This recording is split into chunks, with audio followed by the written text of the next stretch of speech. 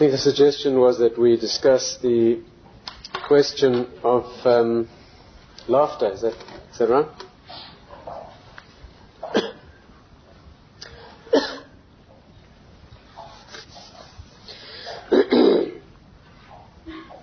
Okay, this is a fascinating subject from a Torah perspective, and it gives us a chance to examine some principles that we examine and apply some of the principles that we use when we are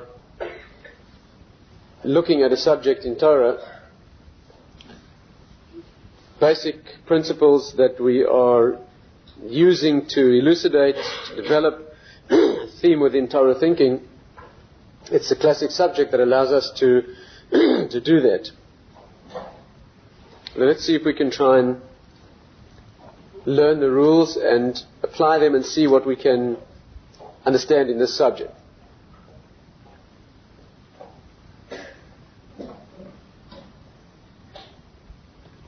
First of all, we have a principle that, again, in this forum previously, we have studied some of the themes that relate to developing an understanding of some of the deeper areas in Torah, what we call machshava, ashkafa, whatever you want to call it, the area of Jewish thought, Torah thought. We've tried to go through some of the principles that one uses in order to open up these areas. One of the principles that we need is as follows. When we want to understand something in the spiritual world, we are looking at the equivalent of that thing in the physical world. Right? That's the principle. Let's try and explain it, and then we'll apply it to our subject of the concept of laughter, laughing. The Torah is full of the idea of laughter. Most of it isn't funny at all. Quite the opposite it may seem. But it's something particularly deep that's taught in this in this area. First of all, let's try and understand the principle, and we'll use that to open up the area. The principle is that the spiritual world is a world of abstraction. In other words, we don't have a tool that can directly grasp or apprehend that world. We have the tools that are required to deal with and grasp the physical world, but we don't have the tools, we don't have a sense or faculty that can grasp the spiritual world directly. The only way we can grasp anything in the spiritual realm, which is of course what we're trying to do, that's what we're here for. We're not here to live in the physical realm. That's not the point of being a human being, and certainly not the point of being a Jew. And it's certainly not the point of being a human being or a Jew who needs to discover one's own uniqueness.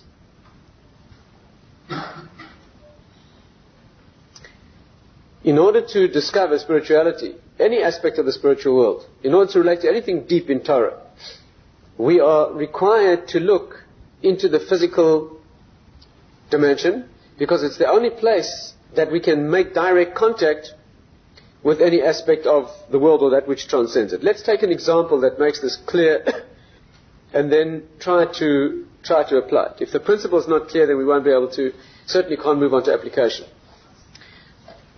Let's take a classic example. I'm choosing this example because this is the place where the message is taught most potently, and this example not only illustrates the principle, but it actually teaches its application as well. When you want to relate to a person, relationship with a human being, whether it's marriage, perhaps in its most powerful form, or relationship in general between two people. Marriage is the classic example, and perhaps shows it most beautifully. What you're looking for in this relationship is the ability to connect with a person themselves. You want to relate to and discover and engage the person inside the body of that you're dealing with.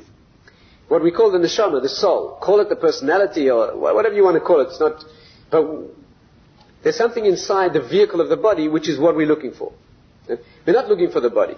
Animals are looking for a bodily experience. They don't know more than that.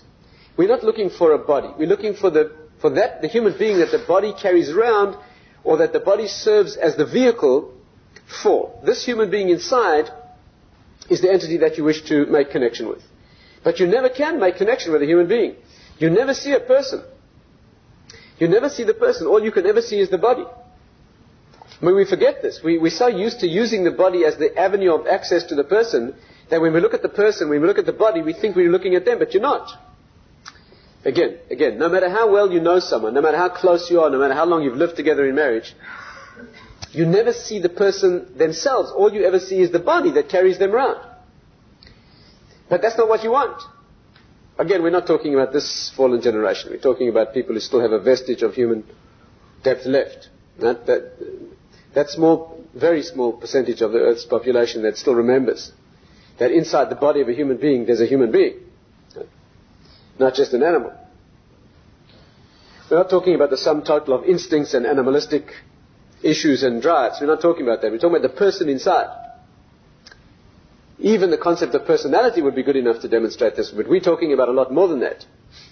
But you never see the personality. You never see the soul. You never see the essence of the person. That which leaves after a person dies. That element that makes a person different 1 minute before they die and 1 minute after they die, whatever that is, but that's the person. Call it whatever you want. You believe in the spiritual world, you don't believe, whatever that thing is, without going into discussion now of the different parts and manifestations of the soul. That thing that animates the body, that thing that's there when a person's alive and not there when they've died, that thing you never see. Are we together? It's going to be a long night. Yes? Good. How do you make contact with that person inside? The remarkable thing is that you do it through the body. When you want to know what the experience is, what the person inside that body is experiencing, the only way you can access it is through the body. Speech happens to be the most explicit and detailed, usually in most circumstances, most classically, speech happens to be the closest or the clearest application. Because speech is the least physical manifestation. In speech, all you're doing is you're putting into physical clothing only words, a very, very little physicality. And in those few, in that rarefied physicality, which is just the sound waves, you can put a tremendous subtlety of expression. Right? Words chosen carefully, although they're very clumsy compared to knowledge of the subject itself, but nevertheless, they can be very subtle and full of tremendous meaning. The truth is that you don't understand a person because of the words. You understand a person despite the words that they use. But that's another subject for another time. You see that the meaning in the words bears the same relationship to our subject as the soul inside the body. Can you see that? The words themselves are also only bits of physicality. They're bits of sound. But there's a spirit or a soul inside those words, which is the meaning that the words carry, even though the words do an inadequate job. Are we together? But nevertheless, words are the best example. But the truth is that any aspect of the body, when you share a very deep and very important moment in a relationship with someone, you do something or say something and you see a change of expression on their face. It could be the very subtlest change, just a small change of expression, just a subtle difference in the look on their face. But that shows you that they understood what you meant, and from that moment on your relationship's never the same again. A remarkable thing. A lifetime of change and meaning in a relationship took place based entirely on the silliest flicker of twitching of a few muscles. Is this clear? But it's good enough. It's good enough. It's good enough to give you a very deep sense of what happened inside. And it gives you such a deep sense that you actually feel that you know that person, even though you never saw the person, you only saw their face. When a bodily action occurs. Now, let's say you need something very badly and a lot depends on it. And the person gives you the thing. The physical experience is nothing. The physical experience is a hand moving through space with an object. An animal can do that, a machine can do that. But you understand that when that thing happens, it says something very deep about the nature of the person inside. It had a tremendous and far-reaching effect. And what's absurd about this is that the transmission of this soul experience takes place only by and through the body. Well, that's the idea. That's the idea. Movements of the body. The Gemara says that you can tell who a man is by the way he walks, let alone dance, let alone the expressions of the face, and the sound and the quality and the choice of words. But they're all expressions of a body. So, we have a principle. The principle is that when you wish to get to that which is most spiritually important, and a human being is a classic example, the only avenue of access you have is the body. What's unique about the example of a person, as opposed to other aspects of the world? What's unique about a person is that you do it naturally.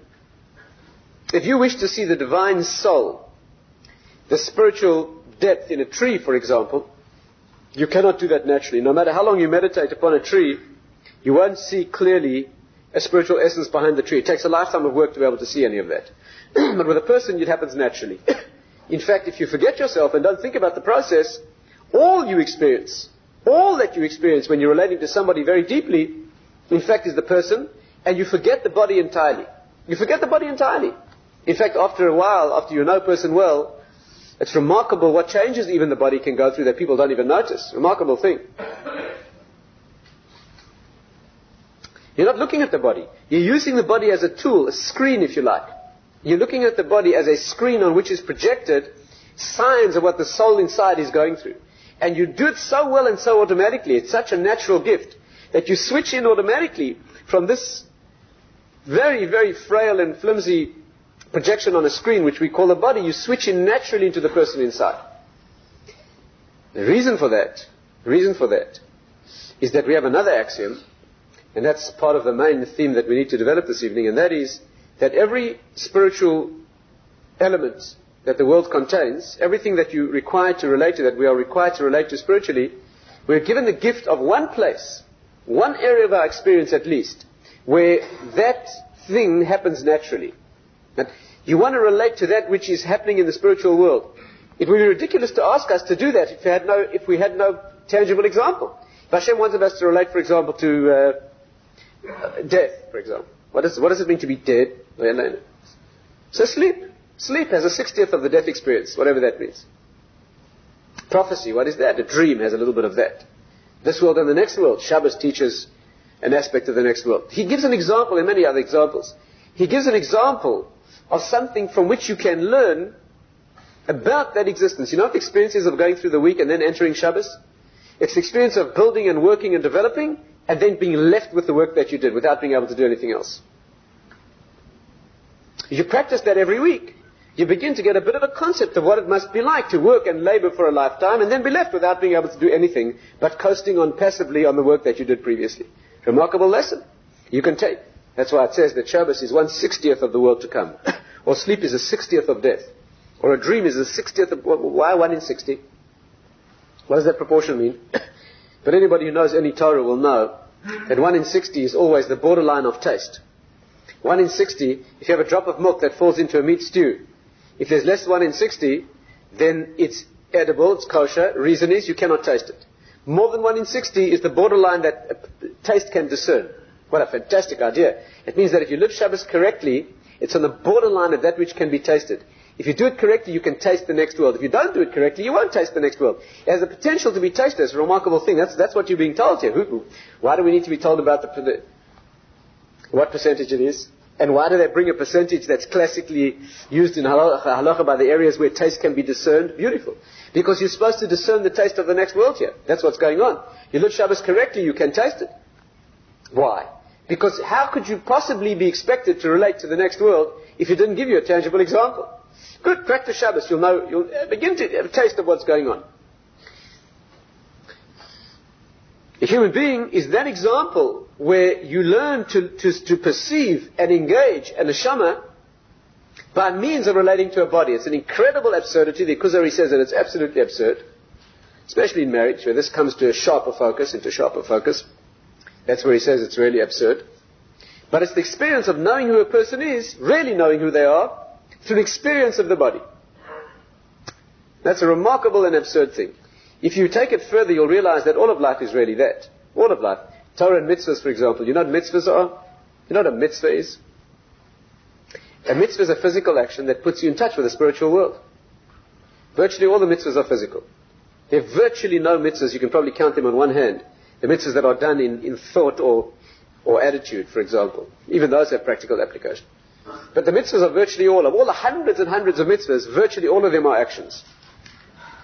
Why is that? If you design a spiritual system, surely you should design something that has to do with meditation or spiritual effort. You design a spiritual system, and the way people grow within the spiritual system is by doing actions. You've got to eat this now, and you've got to take this in your hand and shake it, and you've got to put your body here and put your body there.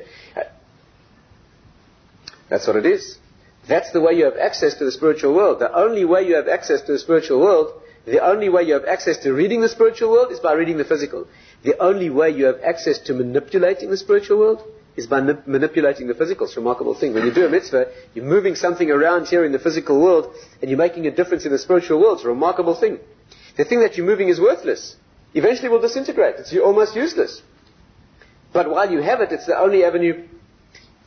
I once had a wonderful Rabbi who said that a mitzvah, it's like, the physical world is like playing the keys on the piano. When you play the keys, the music happens. And the uninitiated think that the keys make the music. Keys don't make the music. The keys connected to a lever, connected to a spring, connected to the music happens deep inside the mechanism. It's got nothing to do, the key that you press not making the music. It's a long distant connection, but it will not happen unless you press the key. When you make an action with the body, there's a long chain reaction that reaches up into the spiritual world that makes a difference and brings down a different dispensation to the physical world. But that change in the spiritual world will not happen unless you do the body. Even though the body itself, relatively, an image I have in my mind, I don't know if it works for you, an image I have in my mind is those old cars that they used to start with a crank handle. That's how it used to be in the days, not the old days, when you had a car, you had a handle like this, you put it into the front of the engine, you cranked it up. When the engine was going, you took out the handle. The body's like that handle. It's worth nothing. It's a few cents worth of nothing. And once the engine's running, you can discard it. That's how the body is. It's that which you move, which moves the real engine, the real depth, which is the neshama. But it's essential. It's essential. You couldn't get that engine going without. That's what the body is. And therefore, the message is that in order to study the spiritual world and in order to interact with the spiritual world, the only tool that you have, the only interface that we have is the physical world. The keys on the piano, the human body, human speech, whichever it is. We are interfacing with spirituality both by reading it and apprehending what its meaning is, and by interacting with it and manipulating it. We do only through the physical. That's part one of our discussion. So far, so good? It's a fundamental idea, unique idea in Jewish thinking, that we interact with the spiritual specifically through the physical. It's why Jewish life is so richly physical. To be a Jew, you have to engage all aspects of physicality. We don't transcend the physical and leave it behind and not engage it and become celibates and ascetics. We don't do that. We use all of physicality. One of the things the Talmud says you get asked in the next world is why you didn't enjoy every particular physical pleasure or experience that this world has to offer. Why? Because we're looking for physical pleasure? No, because the only access to spirituality is through those mechanisms, those actions that exist within the physical. That's the importance of the physical world. Right? For all its lowliness and its temporal nature and its finite limitation, it's the tool and the interface that takes us into the spiritual world.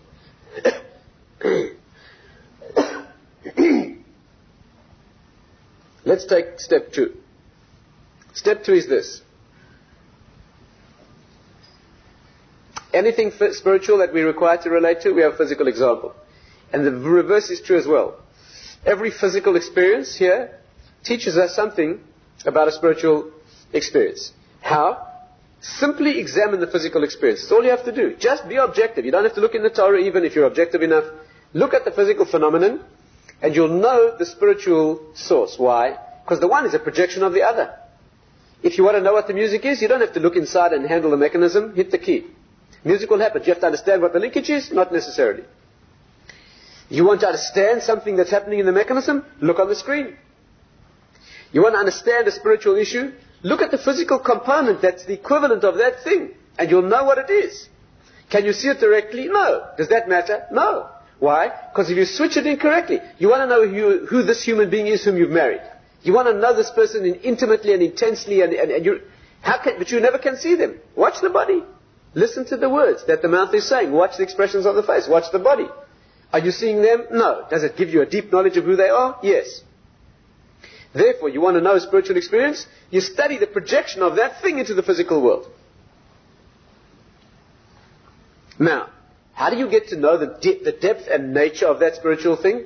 You examine the depth and nature and specifics of the physical thing. Is it logical? That's what you do.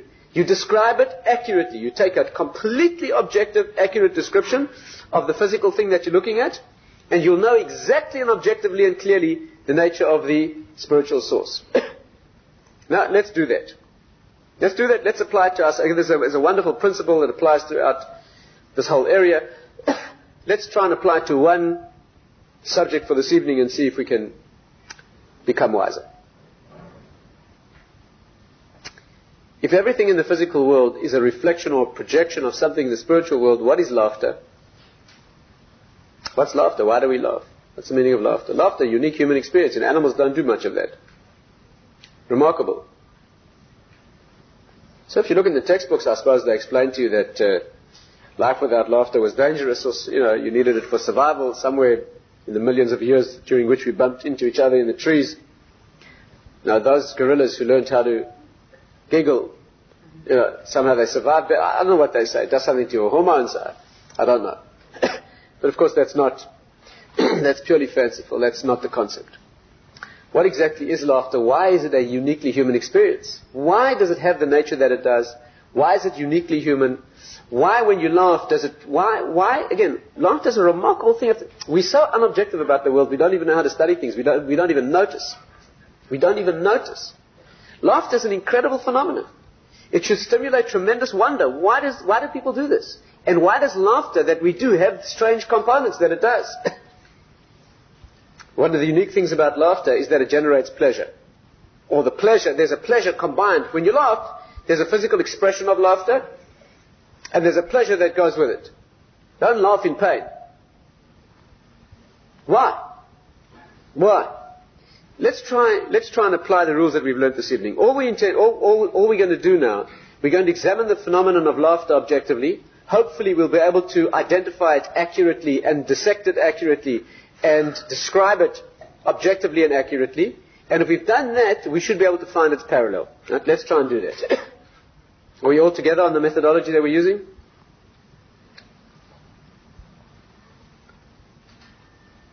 What is laughter? If you think about it, you'll realize that the essence of laughter is something that isn't funny at all. It is, if you characterize it accurately, you'll see that the events that make you laugh, the things that make you laugh, are where one reality is juxtaposed with another one. Two things are put side by side, where there's a very, very sharp and unexpected contrast between the two. Is this correct? The more sudden the change, and the sharper the contrast, the more the laughter that's generated. Even though there's nothing intrinsically funny here. Something's going in one direction, and it's going very strongly and clearly and inexorably in one direction, and suddenly it gets changed into the opposite direction at the least possible moment, at the least predictable moment, at the most impossible moment, and it gets changed into its exact opposite that it never could have been. That makes you laugh. Is this correct? And people who are professionals, who know how to make people laugh, that's what they do. They exploit, they draw a situation that goes in one direction, and they exploit the fact, what they do is, they make it change rapidly into its opposite, as sharply opposite and as quickly as possible, at the least expected moment. That's what makes you laugh. Incidentally, the laughter's more where there's an irony as well, which means all this is a remarkable thing to understand. When a thing's going in one direction and it's about to flip into its opposite, but you don't know that. That means the person going through it doesn't know, but you know. It's very funny. It's even funny the whole way before it even happens. It's funny. It isn't funny. He's laughing already. Here's this very tall and conceited individual, right? Very, very self-inflated, self-important individual, striding down the road in full view of everybody. And at the worst possible moment, he slips on a banana peel and falls flat on the pavement. Now, if you smile at a thing like that, there's something psychologically wrong with you. There's nothing funny about that. In fact, even as you run to lend a hand, you can't hide a smile. Why? What's funny about that? It's not funny, that's painful. But there's something so ridiculous. There's something so ridiculous in one situation being so rapidly reversed into its opposite. Well, here's this person who has to give some, very formal presentation, and the whole thing depends on his dignity. And he strides into full view of everybody doing this. But he doesn't know that a little child has pinned a bushy tail to the back of his suit. Right? So as he's striding around with all this dignity, the tail is wagging like, what's funny about that? What could be sillier or more infantile or more ridiculous? But it's hysterical. It could be a hysterical experience. Now why? That takes thought. Why? Why are we built that way? Why are we built in such a way?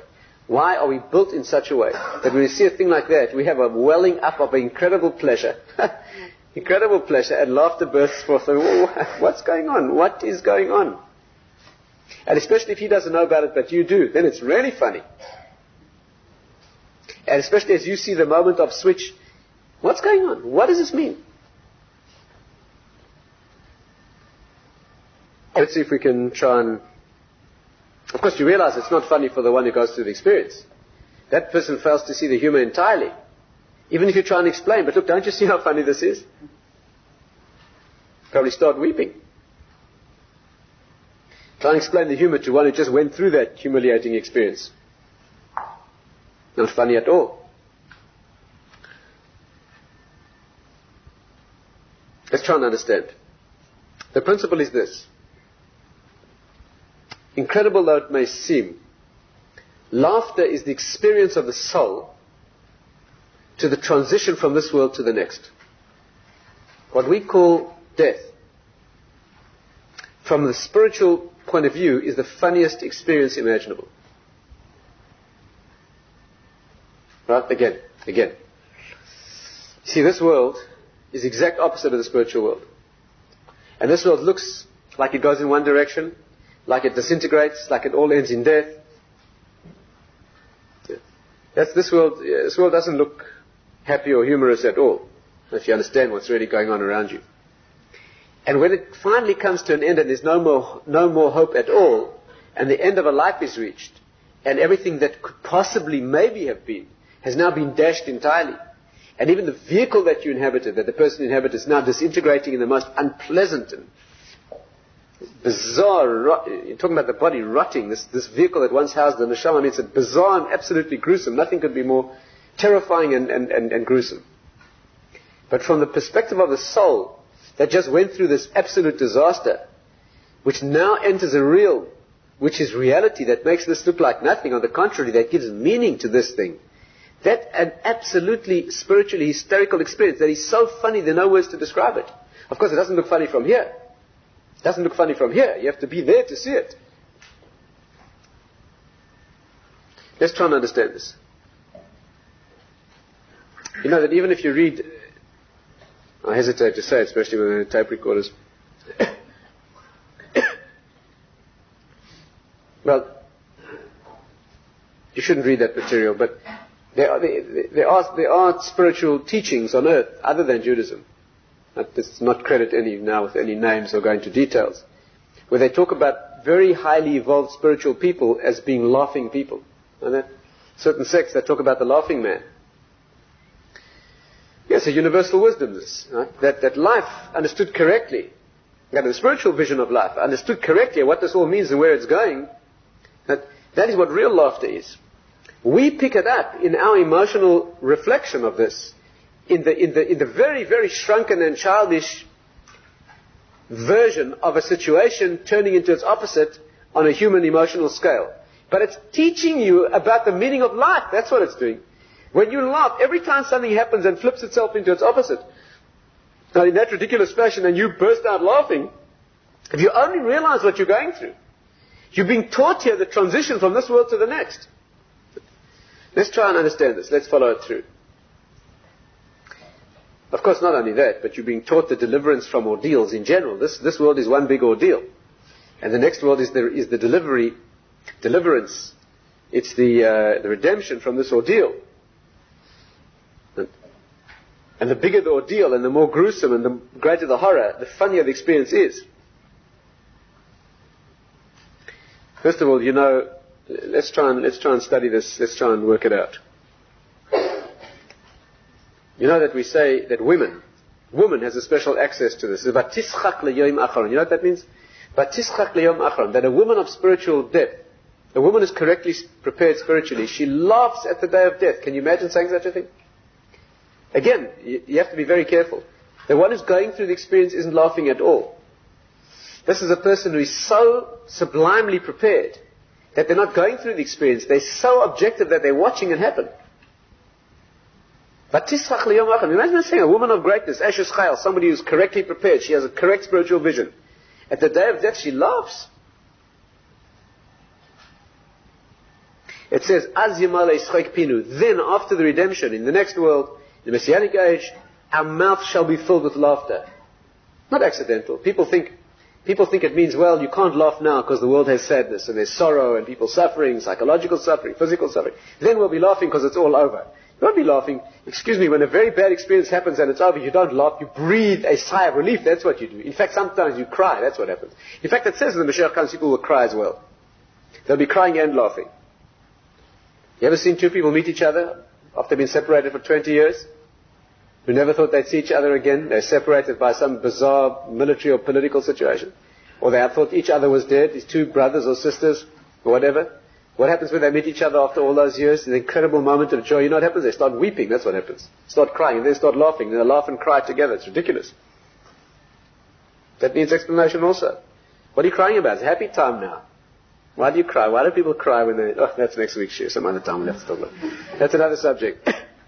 Why do people cry? You know what they're crying for? They're crying for all the years of pain. That's what happens. It all comes out now.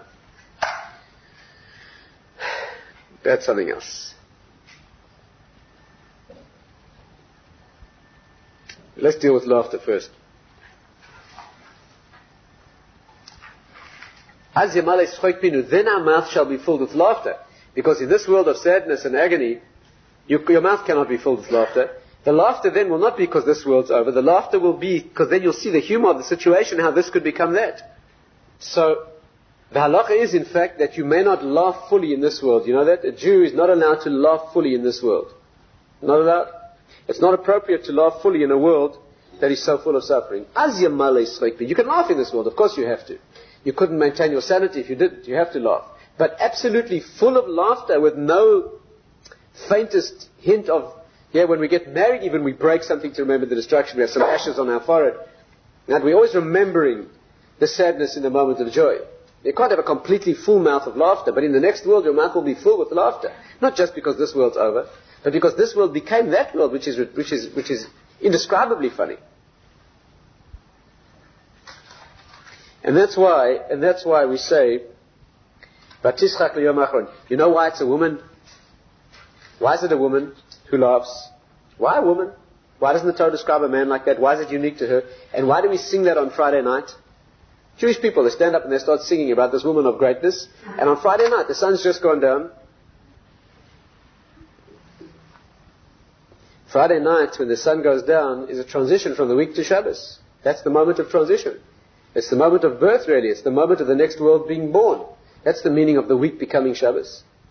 The week moving into Shabbos is a representation, like we said, of this world moving into the next. So that is the moment of birth, and that's a woman's moment. So that's what we say at that moment. Woman is the creature of birth. It's not only giving birth to children, it's birth to a relationship that only she knows how to do. It's birth to the redemption of the Jewish people.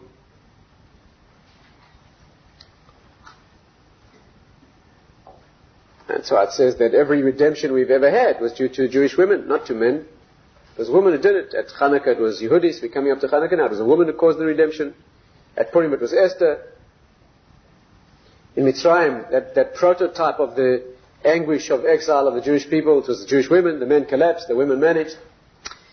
There's a special power in woman to bring us through from what looks like the inevitable and inexorable process of destruction, to turn that into redemption.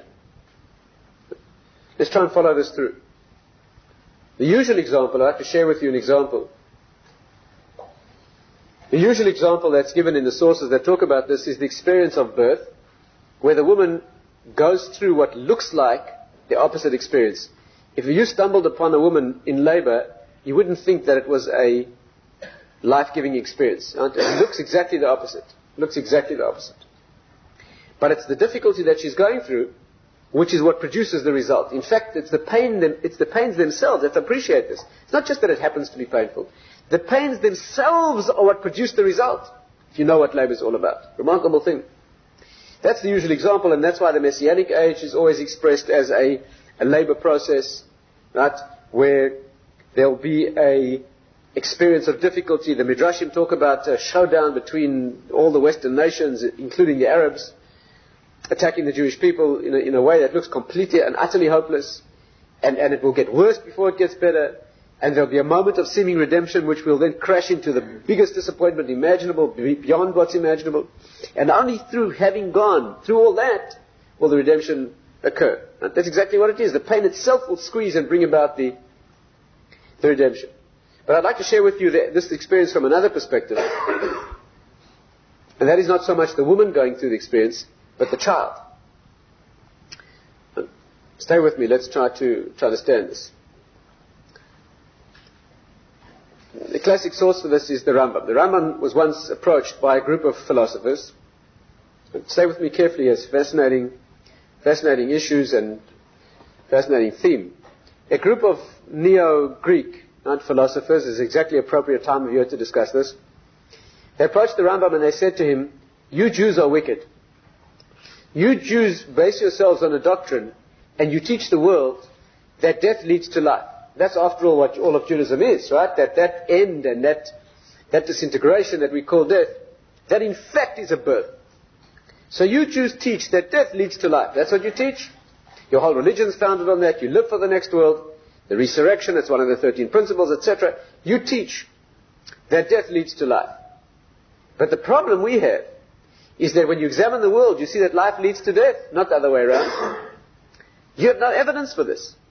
You Jews are foisting upon the world a trumped up and falsified doctrine that has no observational backing. There's no evidence. Again, you say that things that die live. Right? Death leads to life. But look at the whole world. There's nothing in the world that does that. Everything in the world that's alive dies. That's all we see. We never see the opposite. Step 2. And not only that, but you have the chutzpah, you Jews, you have the effrontery to tell us that the way we learn about spiritual reality is by observing the physical. Isn't that what you say? Isn't that what we said this evening? So let's apply your methodology. Let's go. You don't tell us to believe, with faith. You say, look at the world. And the world, you can extrapolate from the physical experiences in the world. You can extrapolate to the spiritual meaning. That's what you base yourselves on. You say that the world is a true reflection of its spiritual meaning. So let's do that. Let's go look at the world and see. If we see death lead to life, we don't see it. On the contrary, when we examine the world, we see life lead to death. And you come along and tell us that death leads to life? That it's a really humorous change? That at the end it all flips itself into its reverse? And everything that looks like disintegration and death is actually a birth? And what are you talking about? Where do you see that? Where do you get that from? Very nice idea, but completely contradicts the principle of seeing the evidence, and that's an interesting question, right? That's a serious question. That wasn't just an attack. That's a serious ideological and philosophical question. After all, that is Judaism. We teach that death leads to life. And after all, that is Judaism. We say that you can learn the spiritual from the physical. Those principles clash. Let's go look at the physical. We see life leads to death. Very good question. The Rambam answered them as follows. Stay with me carefully. As it happens, the Rambam was a doctor, but that's not... didn't get this knowledge from there. The Talmud itself says that when a child is born, let's forget the experience of the mother. Let's go through the experience of the child now. When a child is born, the Gemara says, the Talmud says, that what's open closes and what's closed opens. Within the child's body, that which is closed opens and that which is open closes. So the Gemara says, what does it mean? What does it mean?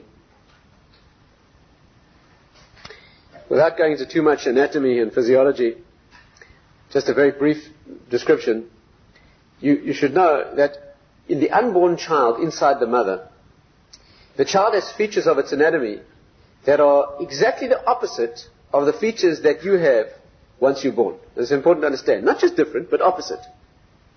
First of all, the unborn child has a hole, at least one, between the two sides of his heart. He has a hole in his heart. He has lungs that cannot function. Not only can't they function, they're completely, they're completely closed. They can't He lives underwater. Even if his lungs were functioning, he's living underwater.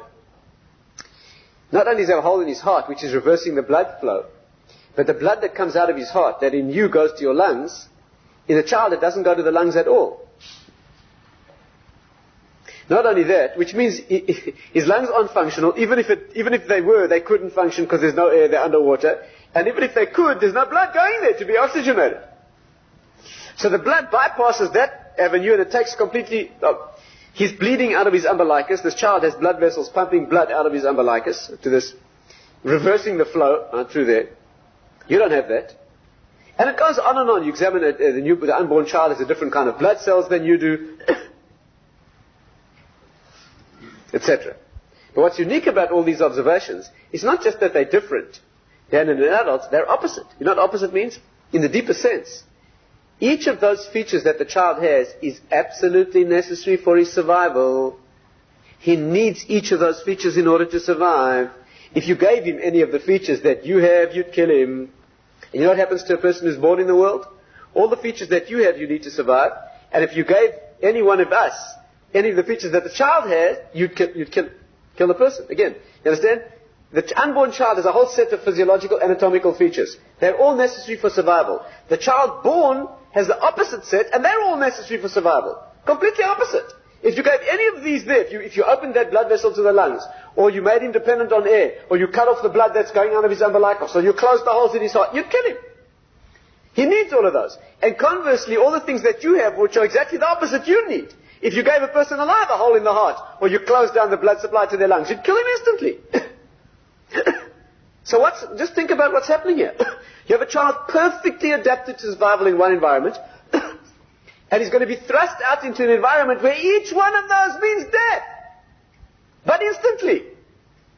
That's what it means. You know, the Gesher HaChaim, the famous work on transition from this world to the next, halachic work.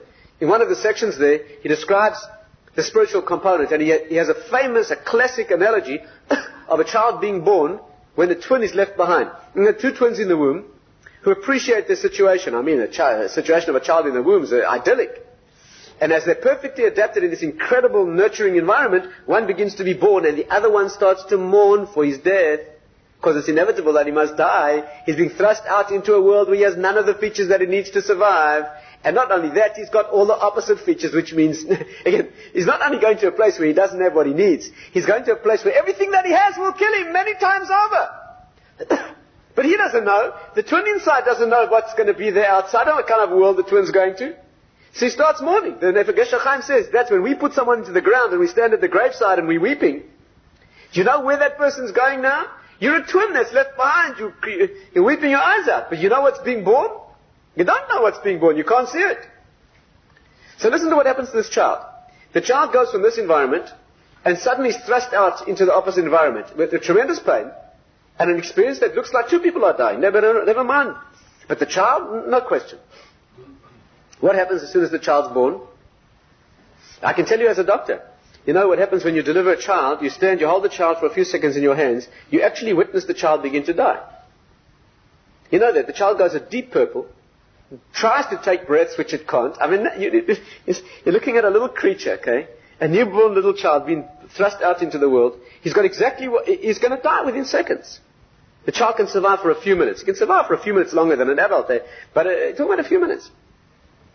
And if you put your stethoscope on the child's chest, you can hear it all going wrong. It's all wrong. It's all reversed. He's got any number of features you care to name that are absolute instant death guaranteed. If you came across an adult and you had any of those features, you know the person's seconds away from death. What happens? You stand there helplessly, the child starts to go purple, and suddenly, all of those things reverse themselves. At exactly the same time, within minutes. You know what happens? The child suddenly takes a breath. As he takes a breath and the air hits his lungs, the lungs pop open. At exactly the same moment, the blood vessel, the area that was closed before, suddenly pops open. It's a massive blood vessel. He's talking about one of the biggest blood vessels in the body, suddenly appears. Suddenly pops open. All the blood that needs to go to the lungs hits the lungs at exactly the same time that he takes his first breath. At the same time, the hole in his heart closes. The blood flow reverses itself. It's now going the right way. All the blood that's now going the right way, that's getting pumped out of his umbilicus, is bleeding to death, this child. You know, he's got major blood vessels in the umbilicus. His entire blood supply is going through. You know how much blood volume a newborn child has? An average newborn baby has about less than 300 cc's of blood. Like a coffee mug full, that's all. That's all. It takes a few seconds to bleed out to death, that's all. And the placenta is being torn away from the wall of the uterus. But as he begins to pump all this blood out to a certain depth, as you hold the cord in your hands, it suddenly clamps down like a vice. It becomes like a cord of steel. Completely stops the bleeding. Huh? All this happens in the first few minutes, and 3 minutes later, he's doing fine. Absolutely fine. Alive, perfectly adapted to the world, and you can't even see the things that were there before. What do you have? You have a situation. You understand what's happening? You have a situation that moves in one direction. It's absolutely inevitable. If you know anything about anatomy or physiology, you know anything about engineering, you don't even have to know anything.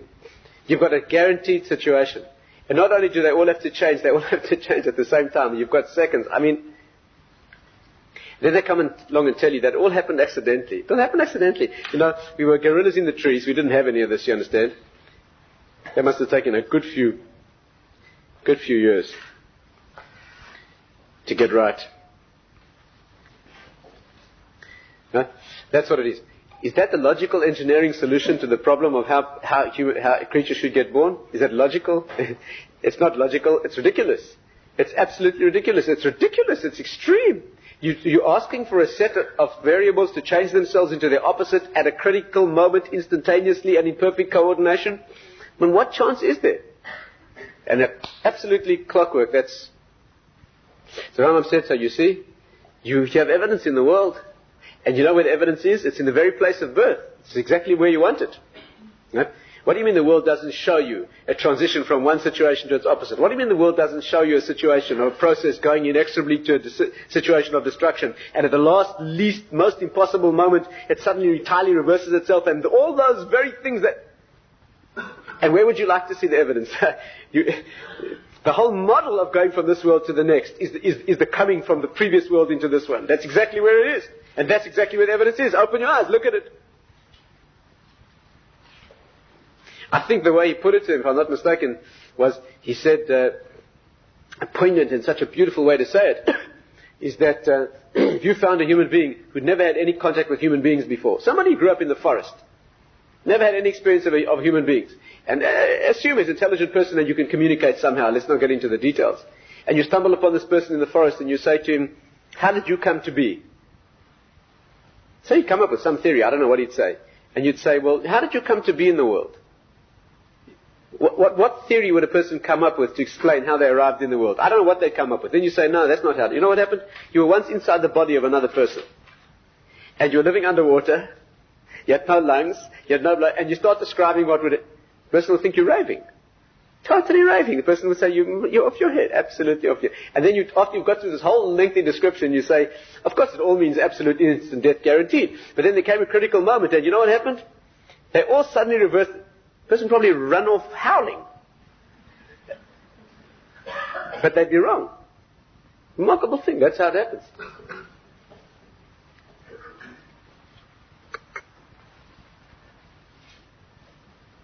That is what he told them.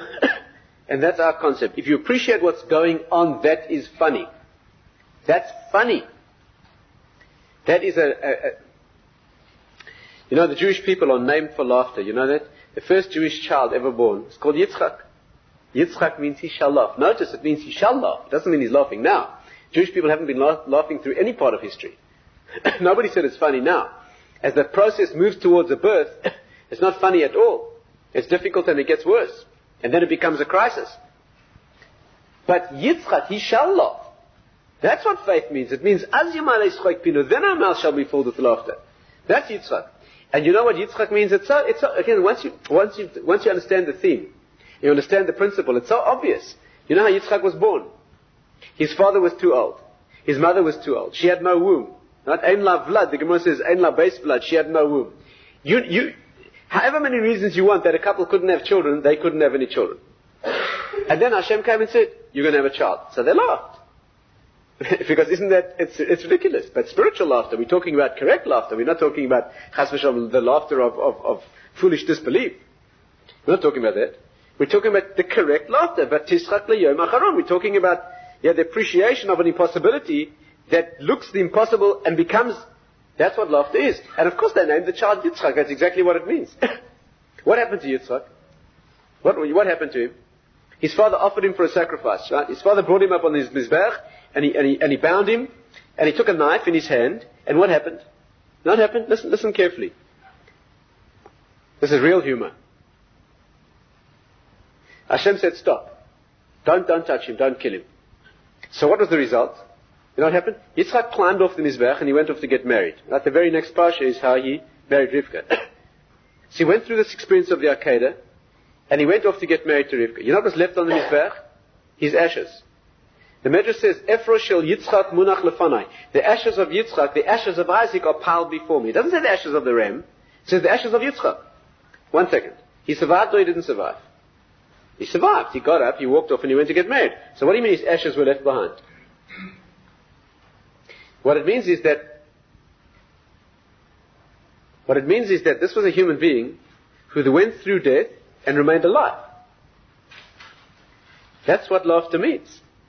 It means that the death experience was the life experience. A remarkable thing, impossible thing happened. The Jewish people who began at that moment, right, the first process of transmission of one generation to the next, we are the people, we begin where the impossible ends. We begin where the impossible ends. We begin where despair ends.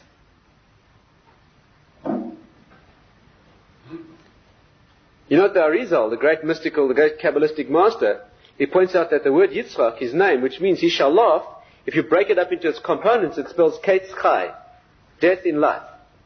It means living the next world in this world. That's what his name means.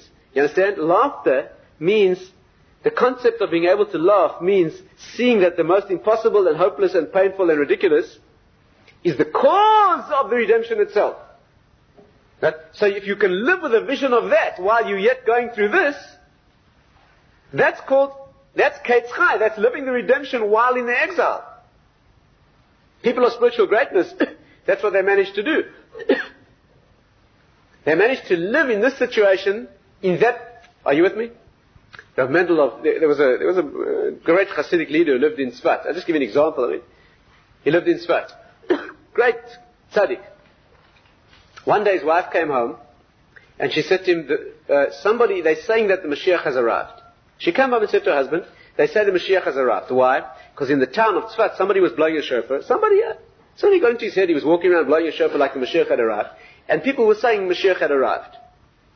So when he heard this, Mendel went to the window, put his head out the window, put his head back in, and he said, no, nothing's changed. Nothing's changed, and he carried on learning. He knew the Mashiach hadn't arrived. The Hasidim asked the following obvious question. Why did he have to put his head out the window? Why did he put his head out the window?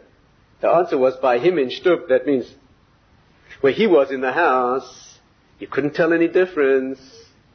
His own environment was already there. He had to put his head into the outside world to see if that had changed. But where he was, it was already that. Yeah, he was living that dimension where he was already. That's what a Jew is. Isn't that what a Jew is? We live in that world. We live with him even though we're here. We live the neshama even though we look like a body.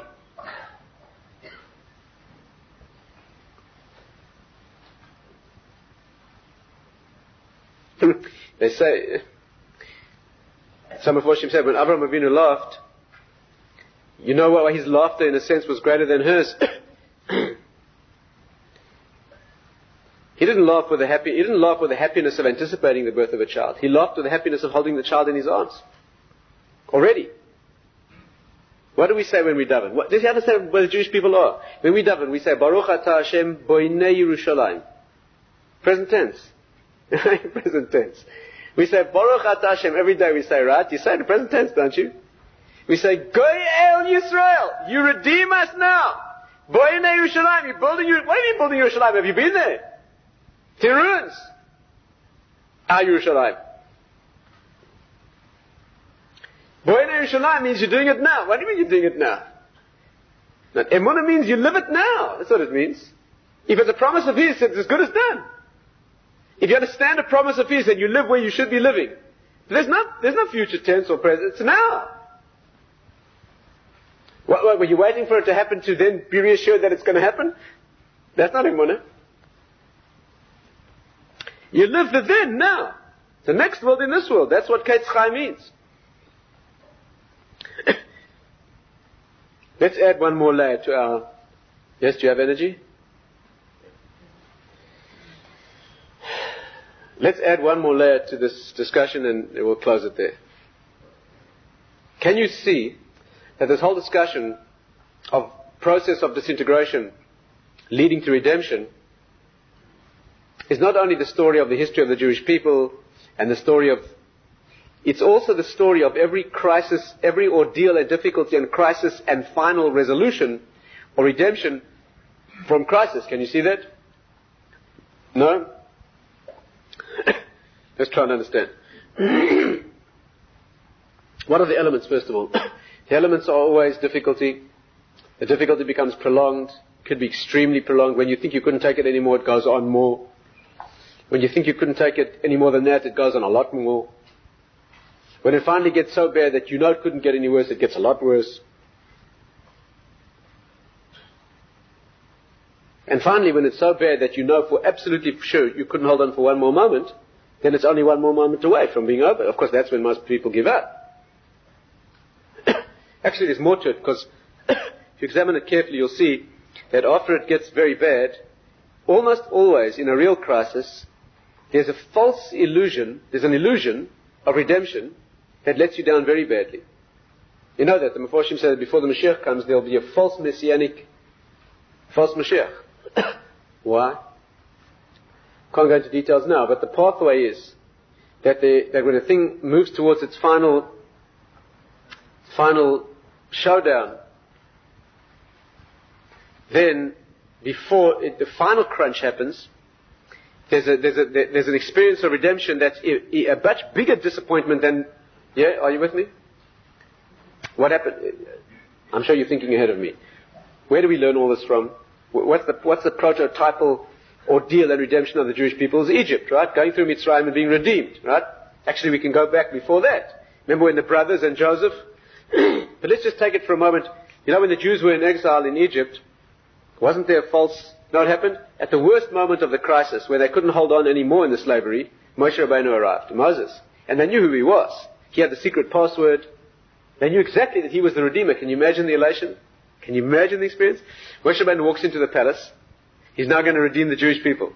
So just hear this carefully. You have people who don't understand this. Their personal crises are unbearable. But if you understand these things, the personal crisis becomes bearable. I didn't say it becomes fun or a picnic.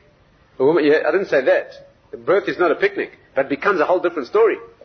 Moshe Rabbeinu walks into the palace to tell Paro to let the Jewish people go. The Jews must have been dancing in the street. Can you imagine? They kept this emunah alive for 210 years that the Redeemer would come. Okay? He comes along and he does exactly what he's supposed to do. And Moshe Rabbeinu was a cosmic figure. There's no question who he was. So they're absolutely guaranteed that he's the Mashiach. He's redeeming them. He walks into the palace. Can you imagine? He comes out and they all gather around him and they say, what happened? He says, well, now you have to make the same amount of bricks without any straw. Talk about disappointment. Can you imagine? If that isn't a test of faith, I don't know what is. The guaranteed Mashiach, absolutely promised, and he comes out and he's made the situation a whole lot worse than it was before. Do you know what faith it takes to go through that? No, the faith it takes to go through a situation where you've just been proved wrong and worse, and you still go through that. The Meforshim said that the final showdown when the Mashiach comes will be proofs that we're wrong and that they're right. Not a difficult experience. There'll be divine proofs that we're wrong. Divine proofs. Miraculous open revelation that we're wrong and they're right. And only if you survive that and go through that.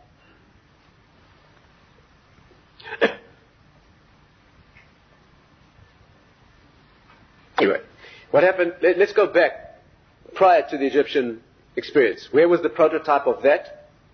Let's take a few minutes together. We'll study a little bit of Chumash together. Can we do that? A little bit of Chumash. This is where we're holding now in Chumash.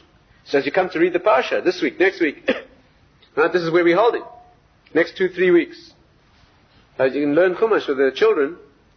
The way I'm sure they learn it anyway in Ched over here. But let's just make sure that we get it right. What happens with the brothers? We want to follow here a classic experience of ordeal and redemption. The brothers sell Joseph.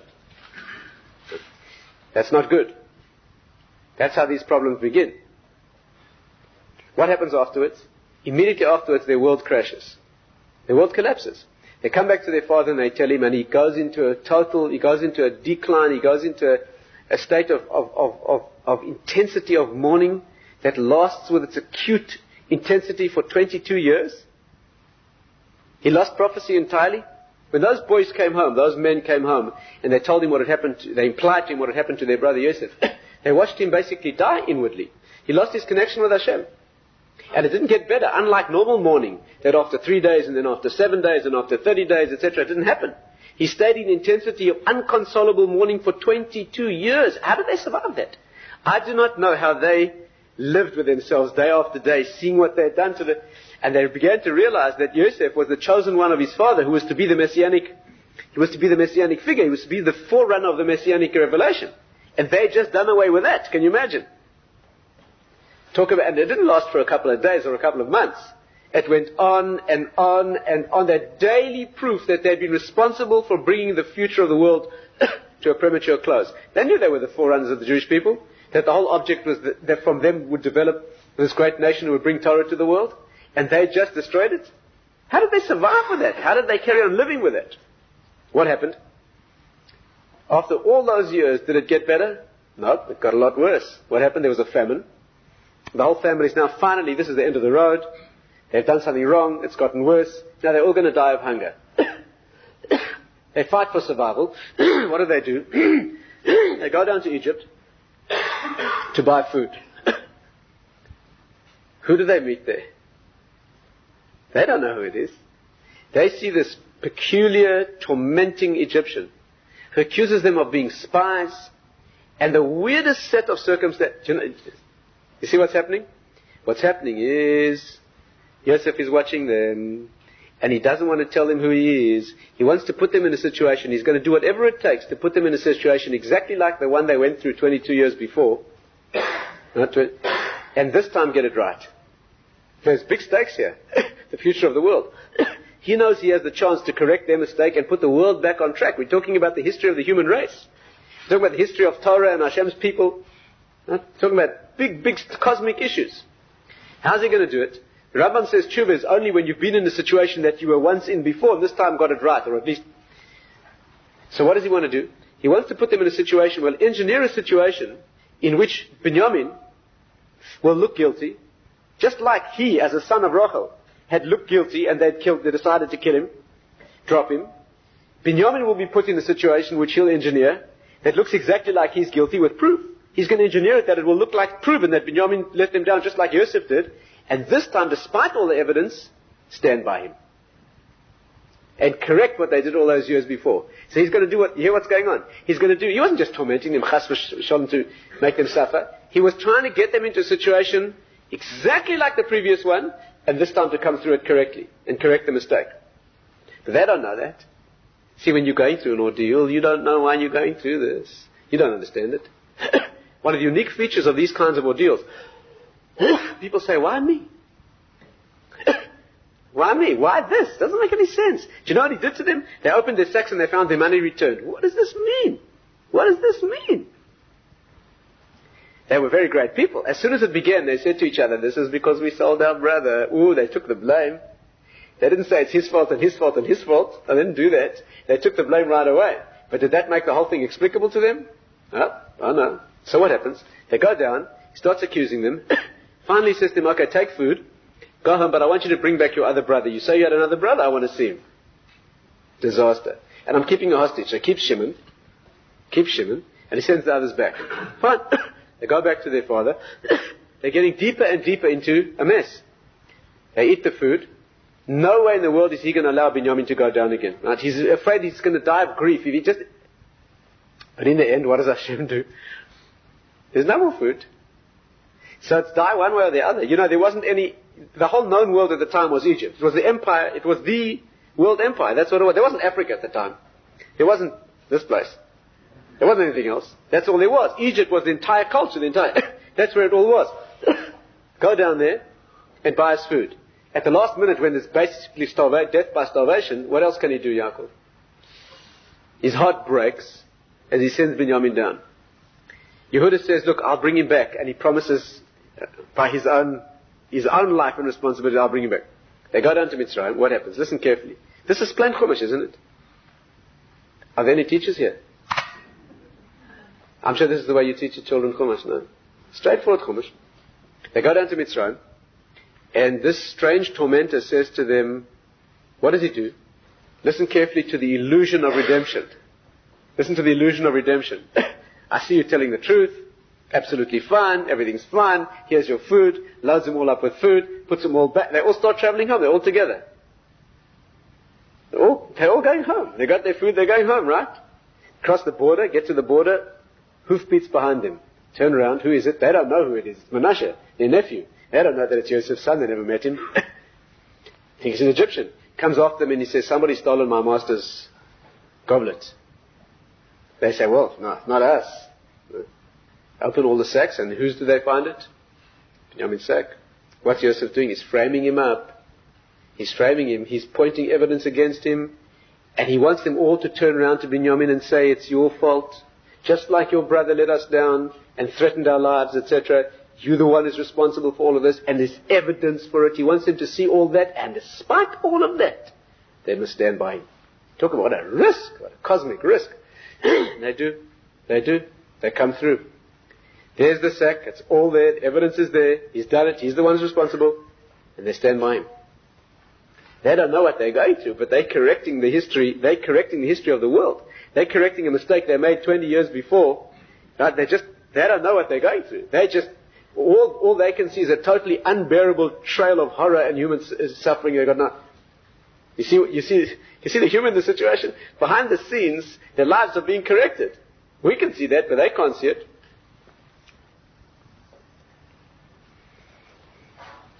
What happens? They all go back to Mitzrayim, and the final showdown occurs. They stand facing this peculiar Egyptian, and the end of the world has arrived. The Sfas Emes makes it plain. They had no options left. When Yehuda stood there with his brothers, the Sfas Emes says there are only two options left to them. One was to do what Yosef said. Yosef said, look, it's his fault. He took my thing. He stays with me. He's my prisoner and my slave. You all go back to your father. The brothers got together and they reasoned as follows. The Sfas Emes says like this. There were only two options. One was to leave Binyamin, like he said, and go back to Canaan. Go back to Eretz Yisrael.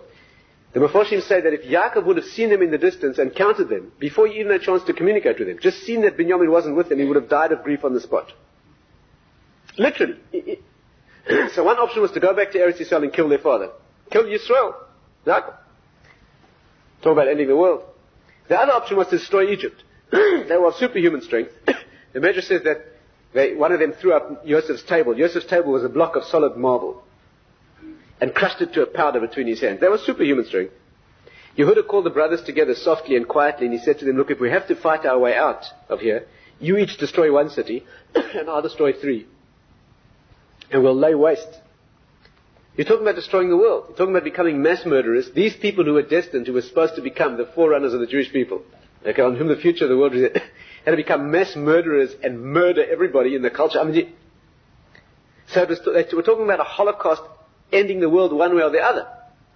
No options. Right?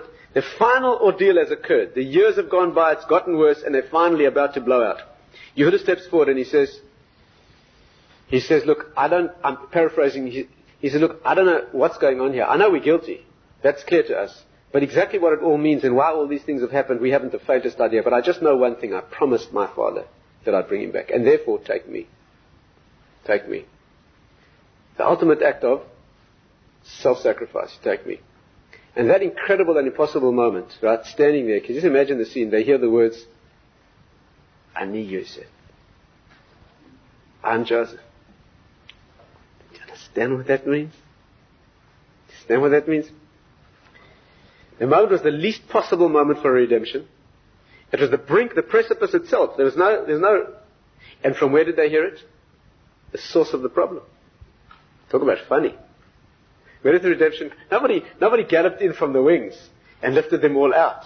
That's not where the redemption came from. It came from the source of the problem. You know what that means? Can you see what's happening? The problem is its solution. The ordeal is its own redemption. Do you know what it says in the Kabbalistic sources?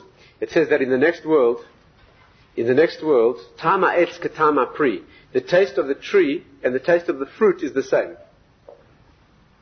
In this world you have a tree, you can't eat it.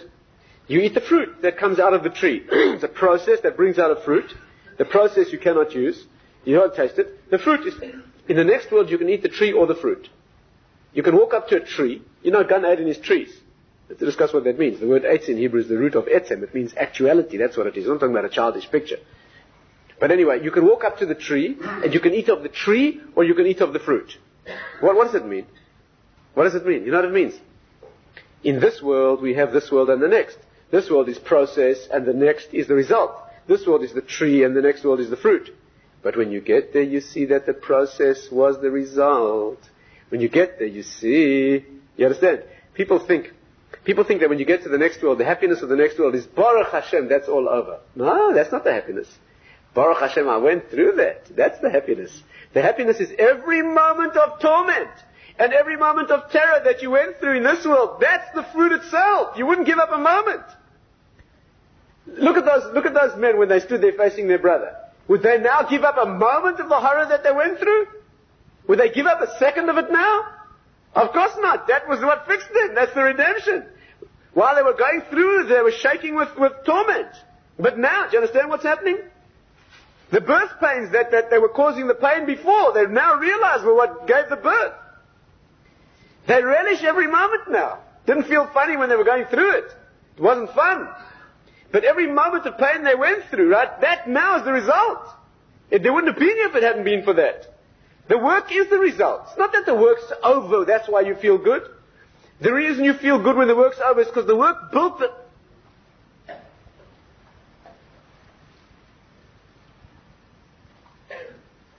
You notice, of course, that in this incredibly humorous situation, they weren't laughing. They weren't laughing. Those men who'd just been through this. It doesn't say they laughed at all.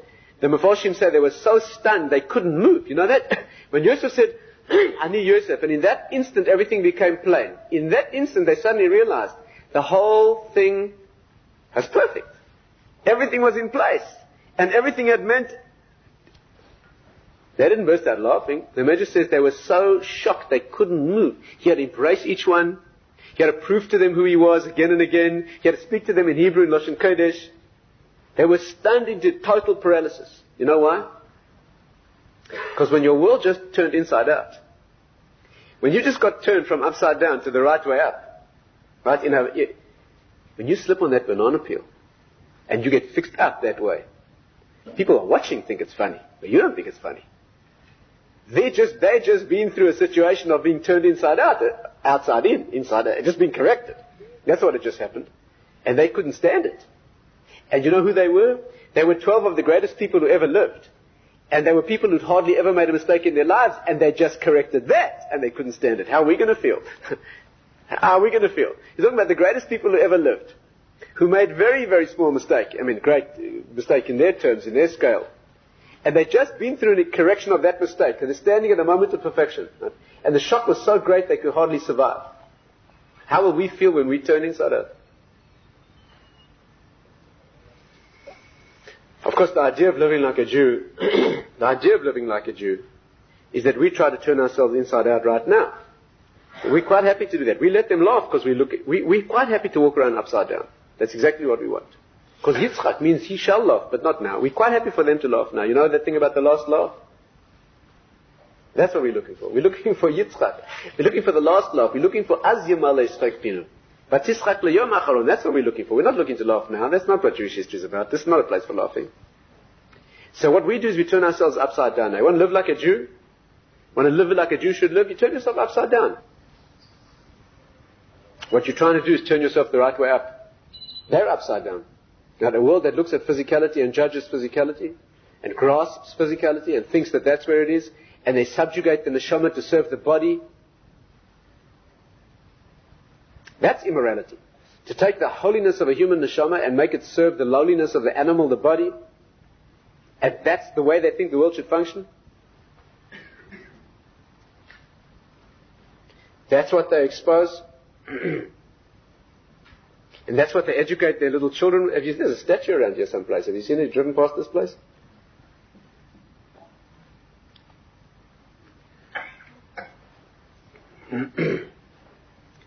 Nearly drove into the wall the first time. They take the neshama and they make it serve the body. And that's what they call beauty. They put up pictures of it and that's what they call.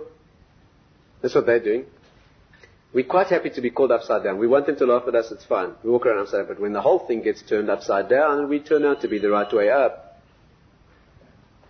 That'll be what they call the last laugh. That's what we're looking for. That's azima le'schok. And therefore the concept of laughter, tzchok, is the concept of the ridiculous juxtaposition of opposites, the correction of the inversion, if you like, of situations. That's what real laughter is. The manifestation of it in the emotions in this world is a simple experience of pleasure and of laughter. That's what it is here. An expression of the breath, which is an expression of life, of joy. That's what it is. But at a much deeper level, of course, everything in the physical world is teaching us about the spiritual, and therefore we are looking to learn about that massive transition, which is what really proves that death leads to life. That's what we are looking to grasp from this whole experience. We don't expect to be able to laugh now. We do expect to be able to bear the pain now, because we know what's being built.